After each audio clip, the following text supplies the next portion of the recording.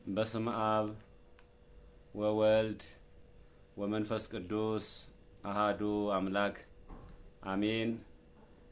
የተከበራችሁ አባቶቼ ካህናት፣ አበው መነኮሳት፣ ወንድሞቼ ዲያቆናት፣ እንዲሁም የተከበራችሁ አባቶቼ፣ እናቶቼ፣ እህቶቼ፣ ወንድሞቼ ምእመናንና ምእመናት በኃያሉ በእግዚአብሔር ስም እንደምን ዋላችሁ?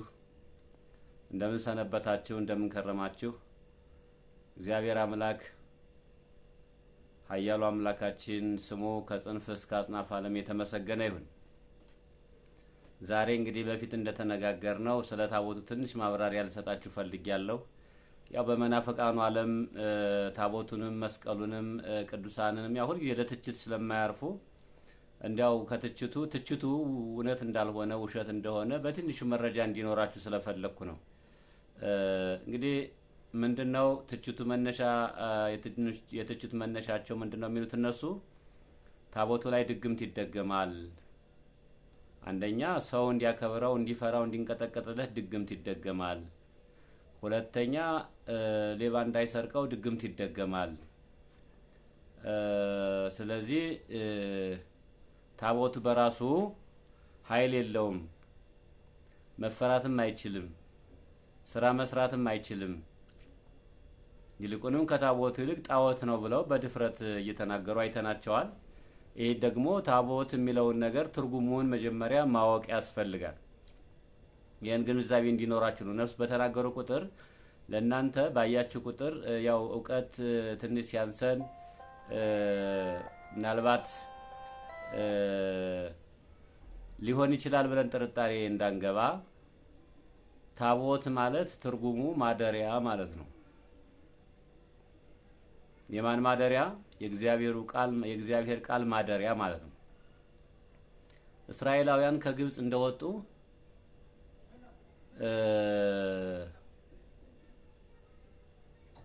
ግብጽ ጣዖት አምላኪዎች ስለነበሩ አስቀድሞ ባሕረ ኤርትራን እንደተሻገሩ ሙሴ ያደረገው ወደ ሲና ተራራ ነው የወጣው። አስቀድሞ ወደ ሲና ተራራ ወጥቶ እግዚአብሔር በፊት የተገለጸለበት ቦታ ነበረ። ያ ቦታ ምንድነው? ሐመልማል ያለመለመች ቁጥቋጦ ነበረችና ቁጥቋጦዋ ላይ እሳት ሲነድ አይቶ በግ እየጠበቀ እያለ እሳት ሲነድ አይቶ ግን ቁጥቋጦዋ አትቃጠልም፣ አታርምና ምንድነው እሳቱ ይነዳል ቁጥቋጦ አይቃጠልም ብሎ ቀረብ ሲል እግዚአብሔር ሙሴ የእግርህን ጫማ ማሰሪያውን ፍታ፣ ጫማህን አውልቅ፣ የምትረግጣት ምድር የቀረብካት መሬት የተቀደሰች ናት ብሎ እግዚአብሔር በድምጽ ተናገረው። ጫማውን አወለቀ። ሙሴ ወደ ፈርዖን ላከው፣ እግዚአብሔር ሙሴን ማለት ነው። ወደ ፈርዖን ሲልከው ምልክት ሰጥቶ ነው። እዛች ቦታ ነው እና እግዚአብሔር የተገለጸባት ቦታ ናት፣ ደብረ ሲና ተራራዋ ናት። እና ድጋሚ እስራኤላውያን ከግብጽ ከወጡ በኋላ ካወጣ በኋላ ልክ ወዲያው እየሮጠ ነው እዚያችሁ ተራራ እግዚአብሔርን ካየበት ከተገለጸበት ቦታ እግዚአብሔርን ድጋሚ ጠይቅ ሄደ። ምንድነው የሚጠይቀው? የእስራኤል ሕዝብ ግብጽ ላይ ጣዖት ሲያመልኩ እያየ የኖረ ሕዝብ ነው። ለ430 ዓመት እዛ የግብጽን ባህል አይቷል፣ ግብጾች የሚሰሩትን አይቷልና ነገ ከወጡ በኋላ ጣዖት እናመልካለን እንዳይሉ፣ ከእግዚአብሔር ጋር እንዳይጣሉ የሚያመልኩት ነገር እግዚአብሔር እንዲሰጣቸው ሙሴ 40 ቀን 40 ሌሊት ኢያሱን አስከትሎ ነው የሄደው። 40 ቀን 40 ሌሊት ጾመ። ጾሙ ሲጨርስ እግዚአብሔር ይህንን ታቦት ሰጠው። ይህን ታቦት በዚህ ላይ አድሬ እየተገለጽኩ አነጋግራቸዋለሁ ብሎ ታቦቱን ሰጠው። ታቦቱ ላይ ታዲያ ታቦት የሚባለው የተሸከመው ድንጋይ ነው። የድንጋይ ታቦት ነው የተሰጠውና ታቦት ድንጋዩ ታቦት ቢሆን ድንጋዩ ላይ የተጻፈ የእግዚአብሔር ቃል አለ። እሱም 10 ሕገ መንግስት ነው። 10 ሕገ መንግስት ነው። እሱ የእግዚአብሔር ቃል ነው። አትስረቅ፣ ሌላ አምላክ አታምልክ፣ እናትና አባትን አክብር፣ ሰንበትን አክብር፣ የጓደኛን ገንዘብ ምን አትንካ የሚለው ጠቅላላ አሁን አስርቱ ቃላት የምንላቸው እነሱ ተጽፎበታል። እኒህ ቃላቶች በሙሉ የእግዚአብሔር ቃላቶች ናቸው። የእግዚአብሔር ቃሉን ነው የጻፈበት። እኒህ ቃላቶች የእግዚአብሔር ናቸው። በዚህ ቃላቶች በዚህ ህገ መንግስት እግዚአብሔር ሰው እንዲተዳደርበት፣ እግዚአብሔር በዚያ መኖሩ እንዲታወቅ፣ እግዚአብሔርን በዚያ ላይ አድሮ ህዝቡን እየተገለጸ ህዝቡ የሚፈልገውን ነገር ሊያደርግለት ነው። ሁለቱን ታቦቶች ተሸክሞ መጣ። እስራኤላውያን ደግሞ ችኩሎች ነበሩ። የምናመልከው ነገር አምጣልን አሉት አሮንን። ቆይ ሙሴ ወንድሜ ይምጣ ቢል አላቆዩትም። ያለበለዚያ እንመለሳለን። ረበሹት፣ አስቸገሩት። እንደዛ ሲሉት እሱ ደግሞ ምን አደረገ? መቼም የህዝብ ገንዘብ አንዴ አይሰባሰብም ብሎ በሉ ከግብጽ ያወጣችሁትን ወርቁን በሙሉ ሰብስቡና አምጡ፣ ከዚያ በኋላ የምታመልኩት ትሰራላችኋለሁ አላቸው። እሱ ነገ ዛሬ ሲሉ ሁሉም ቶሎ ስለማይወጣ ገንዘቡ ሙሴ ይደርስልኛል ብሎ ነበር ያሰበው። ግን ሰይጣን አነሳስቷቸው አንድ ቀን አውጥተው ታደሩ ወርቁን ይላል። እዛ በኋላ ሙሴ ያን ወርቅ ሰብስቦ እሳት ላይ ቢጥለው ጥጃ መስሎ ወጣ። ይህን አምልኮ ሲለን ነው ብለው እስራኤላውያን ያን እያመለኩ እያለ ሙሴ ከሲና ተራራ ታቦት ተሸክሞ መጣ። ሲመጣ እየዘፈኑ እየሰገዱ እየጨፈሩ ምንድን ነው ሲል ይኸው እስራኤላውያን እያመለኩ ይና ተናደደ። ታቦቱን ወረወረው። ያንን የጥጃ ምስል የወርቅ ምስል ጥጃ የመሰለውን ያን ጣዖት መታው። ሁለቱም ተሰበሩ። ከዚያ በኋላ ወደ እግዚአብሔር መልሶ አመለከተ። እግዚአብሔር እንደፊተኛው አስመስለ ከግራር እንጨት ስራ ቅረጽ አለው፣ እኔ ቃሉን እጽፍበታለሁ አለ። ኦሪት ዘጸአት ምዕራፍ 25 ጀምሮ የምታዩት ነው። እዛ ያሰራሩ ሲስተም ከግራር እንጨት እንዴት ተደርጎ እንደሚሰራ ወርዱ፣ ቁመቱ፣ ምኑ ተብሎ ተነገረው። እዛ ሙሴ ያንን ሰራ። እግዚአብሔር መልሶ እዚያው ጋር በዚያው ታቦት ላይ አደረ። ከዚያ በኋላ በዚያ ታቦት ላይ እንግዲህ ብዙ ስራ ነው የሰራው። እግዚአብሔር ከሰራው ስራ ታቦቱ ላይ አድሮ እግዚአብሔር ከሰራው ስራ አንደኛ ዮርዳኖስ ወንዝ መጽሐፈ ኢያሱ ምዕራፍ 4 ቁጥር 7 ላይ ዮርዳኖስ ወንዝ ሊሻገሩ ሲሉ ውሃው ሞልቶ ነበር፣ ዮርዳኖስ ወንዝ ማለት ነው። እና ዮርዳኖስ ወንዝ ሊሻገሩ ታቦት ተሸክመው ካህናቱ ሌዋውያኑ ሲሄዱ ውሃው ከሁለት ተከፍሎ ነው ቆሞ ነው ያሻገራቸው። ለምንድን ነው ቆሞ ያሻገራቸው ከተባለ የእግዚአብሔር ቃል ነው። የእግዚአብሔር ቃል እንኳን የዮርዳኖስ ውሃ መክፈል ምድርን ውሃ ላይ ያጸና ነው። ምድርን ውሃ ላይ ያጸና ነቢየ እግዚአብሔር ዳዊት ዛጽና ለምድር ዲበ ማይ እግዚአብሔር ምድርን ውሃ ላይ ያጸናት ብሎ ተናግሯል። በድጋሚ እንዲሁ ሳይሉ ለእግዚአብሔር መላ ምድር ወበቃለ እግዚአብሔር ጸና ሰማያት፣ የእግዚአብሔር ምሕረቱ ምድርን ሞላ፣ በእግዚአብሔር ቃልም ሰማያት ጸኑ ብሎ ሰማዮች እንደጸኑ ይናገራል። ይሄ ማን ያጸናው? በበቃ የእግዚአብሔር ቃል ነው። ታቦቱ ላይ ያለውም የእግዚአብሔር ቃል ነው፣ ሌላ አይደለም፣ የሌላ ቃል አይደለም ያለው። እግዚአብሔር ቃል ያለበት ታቦት፣ እግዚአብሔር ቃል ያለበት የቃል ኪዳኑ ታቦት። ቃል ኪዳን ማለት እኔ በዚህ ያድሬ ያነጋግራችኋለሁ፣ እናንተም በዚህ ጸልዩ ነው። ቃል ኪዳን ነው። የቃል ኪዳኑ ታቦት የሚያሰኘው ይሄ ነው። እግዚአብሔር ቃል የገባበት ህዝቡን ሊያነጋግር፣ ህዝቡ በዚያ ሊገለጽላቸው፣ ለህዝቡ ቃል የገባበት ቃል ኪዳን ሰነዳችን ነው ታቦቱ ማለት ነው። ስለዚህ ታቦት ሲሻገር ታቦቱ ተሸክመው ካህናት ሲሄዱ ውሃው እንዳያስቸግር ከሁለት ተከፍሎ ቆሞ አሻግሯቸዋል። መጽሐፈ ኢያሱ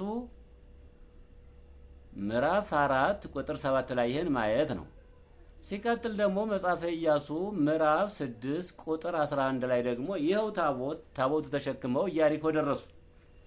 ኢያሪኮ ሲደርሱ ኢያሪኮውያን ያሉትን በዚያ አካባቢ ያሉ ህዝቦች ያለው መንግስት ዙሪያውን በግንብ አገሪቱን አጠረ፣ ግንቡን አጠረ፣ በግንብ አጠረው።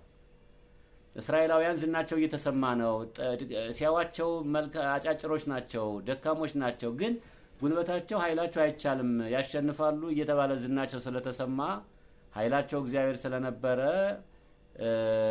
እነዛ ህዝቦች አጥረው ዙሪያውን በግንብ አጥረው ጠበቁ። በግንቡ ተደብቀው ለመምታት እነሱ ለመግደል ማለት ነው።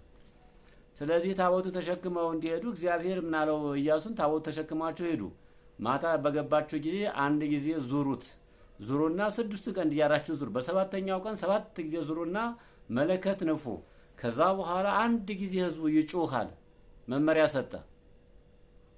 ታቦቱን ተሸክመው 7 ቀን ዞሩ፣ 7 ጊዜ ተዞረ። በሰባተኛው ቀን ታቦቱ እንደቆመ ሰው ጭሆ አንዴ ያ ግንብ ተናደ።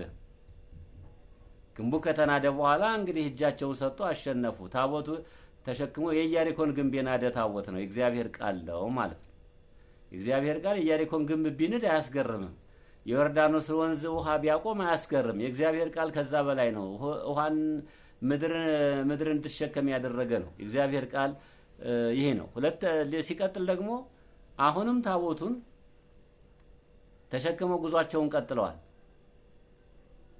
አንደኛ ሳሙኤል ምዕራፍ 4 ላይ ደግሞ ብትመለከቱ በነ ኤሊ ዘመን ካህኑ ኤሊ ነው፣ ንጉስም ነው፣ መስፍናንም ጨምሮ ይዟል። በዘመኑ ኢሎፍላውያን ተነሱባቸው ጦርነት። ሲነሱ የኤሊ ልጆች አንድ ሆነው ዲያቆናቱ ኃጢአት የሰሩበት ዘመን ነበረ። በቤተ መቅደሱ ኃጢአት ሰሩ።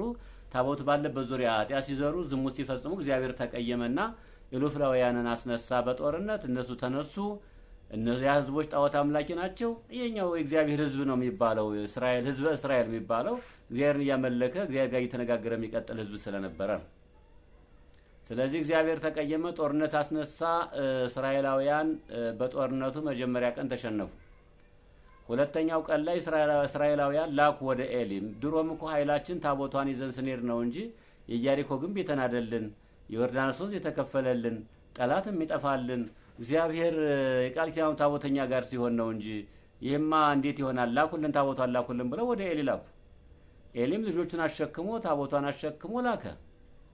ጦርነት ገጠሙ። ይልቁንም ኢሎፍላውያን ምንድነው ያሉት?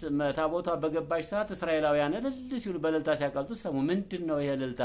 ያሸነፍን እኛ ነን፣ ግን እነሱ እንዴት እልል ይላሉ ብለው ጠየቁ። አይ ከተማረኩት እስራኤላውያን ኃይል የምትሆናቸው ጸወን የምትሆናቸው ድል የሚያደርጉባት ታቦቷ መታ ገብታ ነው አሉ ሲሏቸው፣ ወይለነ አሌለነ ወይለነ መኑ ያድነነ አማልክት ይሆኑ፣ ለእስራኤል ከእስራኤል አማልክት ማን ነው የሚያድነን? ወዮልን፣ ወየት አለብን ብለው አለቀሱ ይላል መጽሐፍ ቅዱስ ነው የሚናገረው። በንጋው ጦርነት ገጠሙ። ታቦቷ ተማረከች። ታቦቷ የተማረከችበት የራሷ እግዚአብሔር ራሱ ስራ ስለነበረው ነው።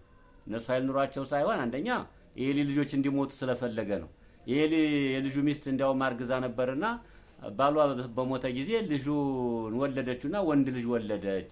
ስሙን ማን አላችሁ? ዮካብድ። ለምን ዮካብድ አለችው ከተባለ ክብር ከእስራኤል ለቀቀ፣ የእስራኤል መመኪያ፣ የእስራኤል አለኝታ ታቦቷ ተማረከች ለማለት ፈልጋ ነው።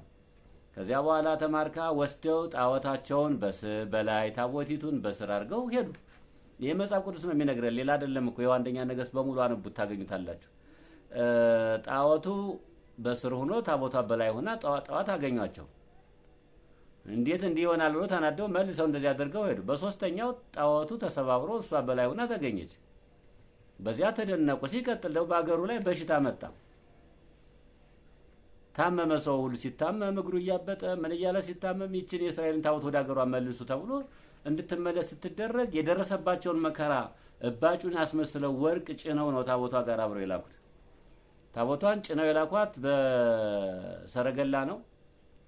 በሁለት ጊደሮች ተደርጎ ነው የተላከችው። መንገድ ላይ ጊደሮቹን ተሸከሙ ታቦቷን ወደ እስራኤል ሄዱ። መንገድ ላይ እንደውም ግንብር ስትል ልትወድቅ ነው ብሎ ኦዛ የሚባል ሰው ሄዶ ነካ፣ ደገፋት።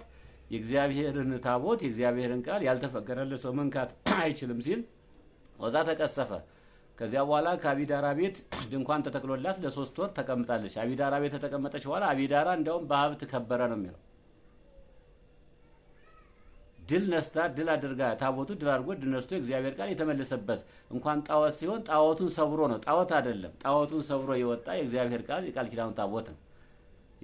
የእስራኤላውያን የቃል ኪዳኑ ታቦት ጣዖቱን ሰብሮ ጣዖቱን አንኮታኩቶ ተመልሶ መጣ። ዳዊትም እንዲሁ ታቦቷን ተቀብለው ወርዶ እስክታ ወረደ፣ ዘፈነ፣ ዘመረ። ሲዘምር ሜልኮላይታ አንተ የማን ንጉስ ወርዶ ይዘፍናል ብላ ተቸችው፣ አቃለለችው ይላል መጽሐፍ ቅዱስ። በዚያ ምክንያት ሜልኮል ልጅ ሳይኖራት ነው የቀረው። እስከ መቼውም ልጅ ሳይኖራት ቀረ ማለት ያን ያደረገች ለእግዚአብሔር ቃል ኪዳን ታቦት አቃለለች ተብሎ ነው። የኔ ያህል ስራ እየሰራ ነው የመጣው ታቦቱ እና ታቦቱ ያልሰራው ስራ የለም። በታቦቱ ላይ ያልተሰራ ስራ የለም። በብሉይ ኪዳን እንዲህ ስራ እየሰራ እነ ጌዲዮን ጦርነት ሲሄዱ ድል እያደረጉበት መስዋዕት እየተሰዋ እግዚአብሔር ጋር እየተነጋገሩበት ያለፈ ታቦት ነው እና ታቦቱ ጣዖቱን ሰብሮ ወጣ እንጂ ታቦቱ ጣዖት አልሆነም ማለት ነው። ወደ አዲስ ኪዳን ስንመጣ ደግሞ ታቦቱ ተሽሯል። በእመቤቴ እስኪ ሽሬዋለሁ የሚል ቃል መጽሐፍ ቅዱስ ከተገኘ እኔ ውሸታም ልሁን። ታቦቱን ሽሬዋለሁ፣ ከዚህ በኋላ እኔ ተገልጫለሁ፣ ታቦቱ ተሽሯል፣ አያስፈልጋችሁም የሚል ካለ በእውነት እንመልከተው። ዳዊት የታቦቱን ቤት ሊሰራ ቤተ መቅደሱ ሊሰራ ሲል አንተ አትሰራም ብሎ ጌታ ሰሎሞን እንዲሰራለት ያደረገ ለምንድን ነው?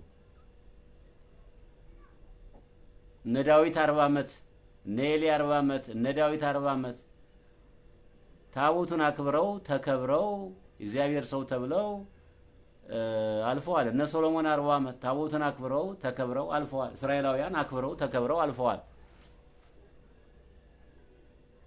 በብሉይ ኪዳን በእርግጥ አስሩ ህገ መንግስቶች ነው ተጽፈውበት የነበር። በአዲስ ኪዳን ደግሞ በሰው የተገለጸው ክርስቶስ ስላለ አሁን የአዲስ ኪዳኑ ታቦታችን የምንላት ደግሞ እንደ ቤተክርስቲያን አካሄድ እመቤታችን ናት። የቃሉ ማደሪያ የክርስቶስ ማደሪያ እመቤታችን ናት። እመቤታችን ናት ታቦት። እንደው የአዲስ ኪዳን ታቦት መገለጫ በብሉይ ኪዳን ታቦት ላይ ተገልጾ ህዝቡን አነጋገረ። ዛሬም እመቤታችን ላይ ተገልጾ ደግሞ እኛን እያነጋገረን ያለው። እንዲያውም ታቦታችን የአዲስ ኪዳን ታቦት እመቤታችን ማርያም ናት። በማርያም ታቦት ለምን ተሰየመ የምትሉም ካላችሁ በዛው እርማችሁን አውጡ። ታቦታችን እሷ ናት፣ ክርስቶስ የተገለጠባት የኛ ታቦት ነው። በአዲስ ኪዳን አልፋ ኦሜጋ ፊተኛውና ኋለኛው አምላክ ተብሎ ታቦቱ ላይ መጻፍ በፈለገ በጻድቅ ስም መታሰቢያ ቢደረግም ዋናው የእግዚአብሔር ቃል ነው ያለበት። ትናንትም የእግዚአብሔር ቃል ነው ያለው፣ ዛሬም የእግዚአብሔር ቃል ነው ያለው። ድንግል ማርያምም ወደ ድንግል ማርያም ስጋ የሆነው የመጣው ያደረው የእግዚአብሔር ቃል ነው። ታቦቱ ላይ የተጻፈውም የእግዚአብሔር ቃል ነው። ሊቃውንቱ የሚናገሩትም የእግዚአብሔር ቃል ነው። የእግዚአብሔር ቃል ደግሞ መቼም ቢሆን ጣዖቱን አያውቅም። ኢየሱስ የሚባል ስም ከሰማይ አልመጣም። ከድንግል ማርያም ሊያድር ሲል የእግዚአብሔር ቃል በዮሐንስ 1 ላይ የተነገረው ሊያድር ሲል ወንድ ልጅ ትወልጃለች ስሙንም ኢየሱስ ትይዋለች ተብሎ መድኃኒት ማለት ነው። ኢየሱስ ማለት ኢየሱስ ለማርያም የተነገረ ስም እንጂ ከሰማይ የመጣ ስም ከሰማይ የነበረ ስም ከዓለም በፊት የነበረ ስም አይደለም። ትርጓሜውም መድኃኒት ነው። ስጋችን ለብሶ በሚገባን ቋንቋ ሊያነጋግረን በስጋችን ላይ አድሮ ስጋን ተዋህዶ መለኮት እኛን ሊያድነን እኛን ወደፊት መነሻችን እሱ ነውና መድረሻችን እሱ ስለሆነ ሊያስረዳን በሚገባን ቋንቋ ሊያነጋግረን ሰው ሆኗል። ከመቤታችን ቃል ያ ዓለም የተፈጠረበት ቃል ያ ቃል ዓለምን የፈጠረበት ያ ቃል ስጋ ሆኗል። ስጋ ሲሆን ደግሞ የማርያምን ስጋ ነው። ስጋ መድኃኒት የተባለው ደግሞ ቃሉ ብቻ ሳይሆን ስጋው ነው። ስጋዬን ብሉ ነው ያለው፣ ቃሌን ብሉ አይደለም ያለው። ደሜን ጠጡ ነው ያለው። ስጋና ደም ተያያዥነት ነው ያላቸው። እኒህ ሁለቱም አካላት ደግሞ የተገኙ ከድንግል ማርያም ነው። ምንም የዚህ ማስገኙ ራሱ እግዚአብሔርም ቢሆን ካስገኘን ስጋ ከፈጠረን ስጋ ካመጣልን እኛን ከሰጠን ስጋ ስጋዬ ብሎ ስጋዬን ብሉ ደሜን ጠጡ። ስጋችን ስጋዬ ያለው ይልቁ ልትኮሩ ነበር የሚገባው፣ ደስ ሊላችሁ ነበር የሚገባው። ጣዖት ነው ልትሉ አይገባም ነበር። አለማወቅ አለመመርመር ድንቁርና ካልሆነ በቀር የእግዚአብሔር ቃል ጣዖት ነው አያውቅም። ታቦቱን ተሸክሞ አይናገር አይጋገር። አንተን የሚያናግር የእግዚአብሔር ቃል አይደል ራሱ። ምንም በእግዚአብሔር ፈቃድ የምትናገረው በሰይጣን ሐሳብም ቢሆንም የምትነጋገርበት ቃል እኮ የእግዚአብሔር ነው። እየተቸው ያለው እኮ ታቦቱን አይደለም። እኛ ቁም ነገር ታቦቱ ላይ ያለው የእግዚአብሔር ቃል ነው። የምትተቸው እኮ ታቦቱን አይደለም። አይናገርም ካልክ የእግዚአብሔር ቃል አይናገርም። እግዚአብሔር በቃሉ ምን ማድረግ አይችልም ማለት ነው። የያዝከው ታቦቱ ላይ ምን አለው? የእግዚአብሔር ቃል አለው። ያከበርነውም የእግዚአብሔር ቃል ስላለ ነው። ሰው የሚከበረው የእግዚአብሔር ማደሪያ ሲሆን ነው። ሰው እኮ ሁሉ ሰው አይከበርም። የእግዚአብሔር ማደሪያ ሲሆን ይከበራል። የሰይጣን ማደሪያ ሲሆን ይጠላል። እንዴት ይከበራል? ሰይጣናዊ ሐሳብ እያሰበ ሰይጣናዊ ነገር እየተናገረ እንዴት አድርገን እናከብረዋለን? እና ወንድሜ ኢሎፍላውያን እዛ ተማርካ ሄዳ ታቦቷ ዳጎን የሰበረችው ድግም ተደግሞባት ነው። ታቦት ድግም ተደግሞበት ነው። ዮርዳኖስ ወንዝ የተከፈለው ድግም ተደግሞበት ነው። የኢያሪኮ ግንብ የተናደው ታቦት ላይ ድግም ተደግሞበት ነው። ድግምት የተደገመባችሁ እናንተ ናችሁ። እውነት ለመናገር ካወቀ በናይጄሪያ ሰይጣን መከራ የምታብዱ እናንተ ናችሁ። በእውነት የእግዚአብሔርን ቃል ሰይጣን ካልሆነ በቀር በእውነት ሰው የሆነ ሰው እግዚአብሔርን አይተችም። እኛም እኮ የተለየ አንተ አትመን በቃ ቢያንስ አፋችሁን ሰብስቡ። እኛ ታቦቱ ባለበት ሰይጣን ቁሞ ተቃጠልኩ እያለ ነው። ታቦቱ ቆሞ ሰይጣን ጮሆ እየለቀቀልን ነው። እኛ የእግዚአብሔር ቃል እየጠቀመ ነው፣ እየረዳን ነው። ድግምት የሚደገመው ሰይጣን እግዚአብሔር ቃል ጋር ምን ህብረት አለ? ሐዋርያው ቅዱስ ጳውሎስ የተናገረውን አላየህም? የሚያምን ከማያምን ጋር፣ ብርሃን ከጨለማ ጋር፣ የእግዚአብሔር ታቦት ከጣዖት ጋር ምን ህብረት አለው ነው? ምን ህብረት አላቸው ነው? ምንም ህብረት የላቸው። የእግዚአብሔርን ቃል በሰይጣን ተደግሞ የእግዚአብሔር ቃል በሰይጣን ቃል ይሸነፋል ካላችሁኝ፣ አሁንም እናንተ ራሳችሁ ነው የምጠይቃችሁ። ሰይጣንና ከእግዚአብሔር ማን እንደሚያሸንፍ እናንተ ልጠይቃችሁ።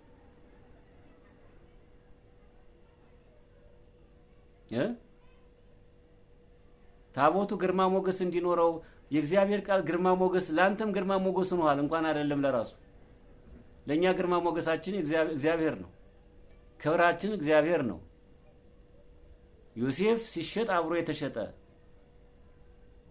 ዮሴፍ ሲሰደድ አብሮ የተሰደደ፣ እግዚአብሔር ከዮሴፍ ጋር ሆኖ ግብጽ ሆኖ ለእስራኤላውያን ለያዕቆብ ልጆች ለእስራኤላውያን ምግባቸውን ያዘጋጀ፣ ግብጻውያንን ከራብ ያዳነ እግዚአብሔር ነው።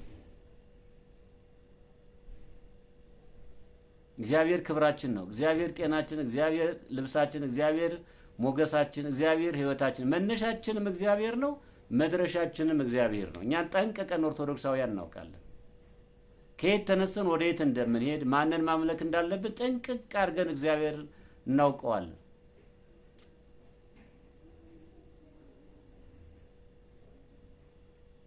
ቅዱሳኖቹን እንዴት እንደሚያከብራቸው፣ በቅዱሳኖቹ ላይ ስራ እንደሚሰራ እግዚአብሔር ጠንቅቀን እናውቀዋለን።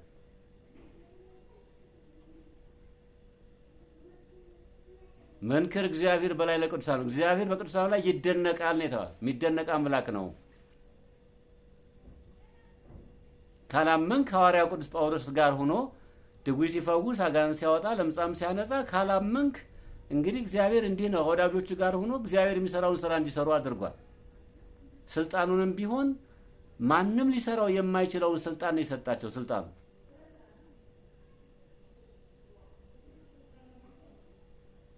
ማንም ሊሰራው የማይችለውን ስራ ቅዱስ ጳውሎስ እሱ አይደለም ጨርቁ ሁሉ እየተቆረጠ ድውይ እስኪፈውስ ድረስ ታይቷል። እና በእውነት የቃል ኪዳኑ ታቦት በሰማይ ታየ ተብሎ በመደምደሚያው የተነገረለት እግዚአብሔር አምላክ ሻርኮት እስካላለን ድረስ ቃሉም ማይሻር ነው።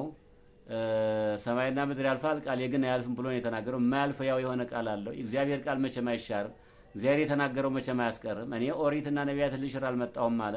ክፉን በክፉ መቃወምን እንጂ የሻረው መልካም ነገሮች በሙሉ አልተሻሩ። በኦሪትም የተሻረ ነገር የለም ከክፉ ነገር ውጭ። ጥርስን በጥርስ ዓይን ባይን የሚለው ተሽሯል። እዚያው ተረፈ ግን እግዚአብሔር በኦሪቱ ኦሪቱን ሊፈጽም መጣ እንጂ ሊሽር ስላልመጣ በኦሪት የሰጠው የእግዚአብሔር ቃል የሚሻር በአዲስ የሚከበር ቃል የለውም። ቃሉ ሁልጊዜ የተከበረ ነው የእግዚአብሔር አምላካችንና በእውነት እግዚአብሔር አምላክ ከእናንተ ጋር ይሁን።